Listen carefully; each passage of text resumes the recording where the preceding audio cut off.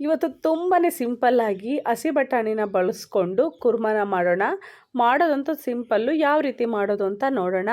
ಮೊದಲಿಗೆ ಒಂದು mixie jar ತೊಗೊಂಡು ಇದಕ್ಕೆ ಒಂದು 4 ಹಸಿರು ಮೆಣಸಿನ್ಕಾಯಿನ ತಗೊಳ್ಳಿ. ಹಾಗೆ ಒಂದು 6 ಎಸ್ಲು ಬೆಳ್ಳುಳ್ಳಿ ಸ್ವಲ್ಪ ಜಾಸ್ತಿನೇ ತೊಗೊಂಡ್ರೆ ಫ್ಲೇವರ್ ಚೆನ್ನಾಗಿರುತ್ತೆ. ಹಾಗೆ ಒಂದು 3 ಪೀಸಷ್ಟು ಚಿಕ್ಕ ಪೀಸು ಶುಂಠಿನ ಜಾಸ್ತಿ ಹಾಕೋದಕ್ಕೆ ಹೋಗಬೇಡಿ, ಕಹಿ ಆಗುತ್ತೆ. ಹಾಗಾಗಿ ಒಂದು ಸ್ವಲ್ಪ ಸಾಂಬಾರು ಸೊಪ್ಪು, ಇದಕ್ಕೆ ನಾವು ಅರ್ಧ ಭಾಗದಷ್ಟು ತೆಂಗಿನಕಾಯಿಲಿ ಅದರಲ್ಲಿ 1/4 ಭಾಗದಷ್ಟು ತೆಂಗಿನಕಾಯಿನ ಈ ರೀತಿ ಉದ್ದುದಾಗಿ ಹೆಚ್ಚಿಕೊಂಡು ಇದಕ್ಕೆ ರುಬ್ಬುವಷ್ಟು ನೀರು ಹಾಕ್ಕೊಂಡು 1 ಸ್ಪೂನ್ ಆಗೋವಷ್ಟು ನಾನು ಹುರಿಗಡಲೆನ ತೊಗೊತಿದ್ದೀನಿ. ಕಡಲೆ ಏನಕ್ಕೆ ಹಾಕ್ತಿರೋದು ಅಂದರೆ ಸ್ವಲ್ಪ ಗಟ್ಟಿಯಾಗಿ ಚೆನ್ನಾಗಿರುತ್ತೆ ಅನ್ನೋಕ್ಕೋಸ್ಕರ ನಾನು ಕಡಲೆನ ಬಳಸ್ಕೊತಿದ್ದೀನಿ.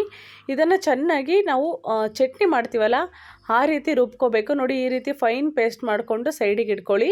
ಇವಾಗ ನಾವು ಗ್ಯಾಸ್ ಮೇಲೆ ಒಂದು ಕುಕ್ಕರ್ ತೊಗೊಳ್ಳಿ. ನಾನಿಲ್ಲಿ ಒಂದು 3 ಲೀಟ್ರ್ ಆಗೋವಷ್ಟು ಕುಕ್ಕರ್ನ ತೊಗೊಂಡು ಇದಕ್ಕೆ ಒಂದು 2 ಸ್ಪೂನ್ ಆಗೋವಷ್ಟು ಎಣ್ಣೆನ ಹಾಕ್ಕೊತಿದ್ದೀನಿ. ಎಣ್ಣೆನ ಬಿಸಿ ಆದಮೇಲೆ ಇದಕ್ಕೆ ಒಂದು 2 ಪೀಸ್ ಆಗೋವಷ್ಟು ಚಕ್ಕೆನ ಹಾಕ್ಕೊಂಡು ಫ್ಲೇವರ್ ಸ್ವಲ್ಪ ಬಿಡೋ ತನಕ ಬಿಟ್ಟಾದಮೇಲೆ ಇದಕ್ಕೆ ಒಂದು 2 ಈರುಳ್ಳಿನ ದಪ್ಪದಾಗಿ ಈ ರೀತಿ ಮೀಡಿಯಮ್ ಸೈಜಲ್ಲಿ ಹೆಚ್ಕೊಂಡಿರೋದನ್ನು ಚೆನ್ನಾಗಿ ಫ್ರೈ ಮಾಡ್ಕೊಳ್ಳಿ. ಸ್ವಲ್ಪ ಹಸಿ ಸ್ಮೆಲ್ ಹೋಗೋವರೆಗೂ. ಹಸಿ ಸ್ಮೆಲ್ ಹೋಗಾದಮೇಲೆ ಇದಕ್ಕೆ ನಾನು 2 ಮೀಡಿಯಮ್ ಸೈಜ್ ಟೊಮೊಟೊನ ಚಿಕ್ಕದಾಗಿ ಕಟ್ ಮಾಡ್ಕೊಂಡು ಹಾಕ್ಕೊಂಡಿದ್ದೀನಿ.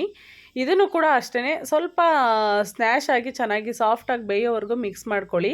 ಈ ರೀತಿ ಚೆನ್ನಾಗಿ ಮಿಕ್ಸ್ ಮಾಡ್ಕೊಂಡು ಆದಮೇಲೆ ಇದಕ್ಕೆ ನಾವು ರುಚಿಗೆ ಎಷ್ಟು ಬೇಕಷ್ಟು ಉಪ್ಪು ಹಾಕ್ಕೊಳ್ಳೋಣ. ಇದಕ್ಕೆ ನಾನು ಒಂದು ಅರ್ಧ ಸ್ಪೂನ್ ಆಗೋವಷ್ಟು ಉಪ್ಪು ಹಾಕ್ಕೊಂಡು ಹಾಗೆ ಒಂದು 1/4 ಸ್ಪೂನ್ ಆಗೋವಷ್ಟು ಅರಿಶಿಣನ ಹಾಕ್ಕೊತಿದ್ದೀನಿ.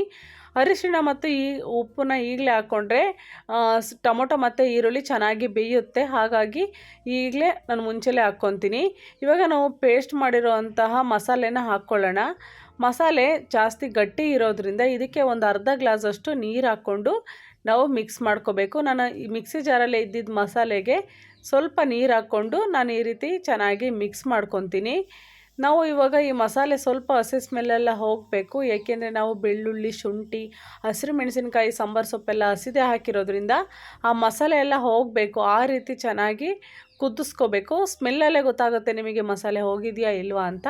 ಅಲ್ಲಿವರೆಗೂ ಕುದಿಸ್ಕೊಂಡು ನೋಡಿ, ಈ ರೀತಿ ಕುದ್ದಿದೆ ಚೆನ್ನಾಗಿ.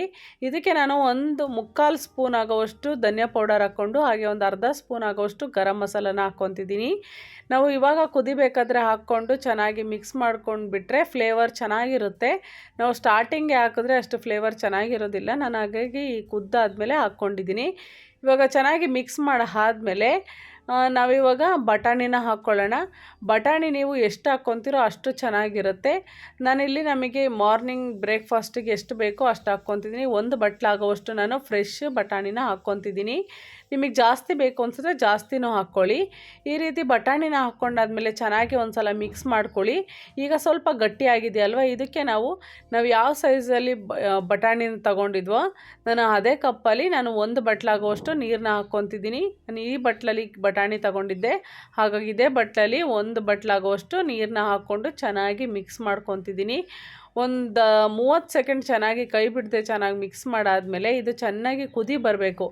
ಆ ರೀತಿ ಮಿಕ್ಸ್ ಮಾಡಬೇಕು. ನೋಡಿ, ಈ ರೀತಿ ಚೆನ್ನಾಗಿ ಇವಾಗ ಕುದಿ ಬರ್ತಿದೆ ಅಲ್ವಾ. ಇದಕ್ಕೆ ನಾವು ಇವಾಗ ಕುಕ್ಕರ್ ಕ್ಯಾಪ್ನ ಕ್ಲೋಸ್ ಮಾಡಿ 2 ವಿಷಲ್ ಕೂಗಿಸ್ಕೋಬೇಕು. 2 ವಿಷಲ್ ಕೂಗಿಸಿದ್ರೆ ಜಾಸ್ತಿ ಬೇಯುತ್ತೆ ಅಂತ ಅನ್ಕೋಬೋದು. ಏನಿಲ್ಲ, ಇನ್ನು ಚೆನ್ನಾಗಿ ಸಾಫ್ಟಾಗಿ ತಿನ್ನೋದಕ್ಕೆ ಕೂಡ ಚೆನ್ನಾಗಿರುತ್ತೆ, ಹಂಗಿರುತ್ತೆ. ಈಗ 2 ವಿಷಲ್ ಕೂಗಿದೆ. ನಾನು ಕುಕ್ಕರ್ ಕ್ಯಾಪ್ನ ಓಪನ್ ಮಾಡ್ತಿದ್ದೀನಿ. ನೋಡ್ತಿರ್ಬೋದು ಎಣ್ಣೆ ಎಲ್ಲ ಎಷ್ಟು ಚೆನ್ನಾಗಿ ಬಿಡ್ಕೊಂಡಿದೆ ಅಂತ. ಇದನ್ನು ನೀಟಾಗಿ ಮಿಕ್ಸ್ ಮಾಡಿಕೊಂಡು ನಾವು ಪೂರಿ, ಪರೋಟ, ಚಪಾತಿ ಯಾವುದಕ್ಕಾದ್ರೂ ತಿನ್ಬೋದು. ಕಾಂಬಿನೇಷನ್ ಅಷ್ಟು ಸಖತ್ತಾಗಿರುತ್ತೆ. ಮಕ್ಳಿಗೆ ಕೂಡ ಫೇವ್ರೆಟ್ ಆಗಿರುತ್ತೆ ಈ ರೆಸಿಪಿನ ಮಾಡಿಕೊಟ್ರೆ. ಈ ರೆಸಿಪಿ ಯಾರಿಗೆಲ್ಲ ಇಷ್ಟ ಆಯಿತೋ ನನ್ನ ಚಾನಲ್ನ ದಯವಿಟ್ಟು ಸಬ್ಸ್ಕ್ರೈಬ್ ಮಾಡಿ, ಲೈಕ್ ಮಾಡಿ, ಶೇರ್ ಮಾಡಿ, ಕಮೆಂಟ್ ಮಾಡಿ. ಹಾಗೆ ನನ್ನ ಚಾನಲ್ಗೆ ಸಪೋರ್ಟ್ ಮಾಡಿ. Thank you for watching.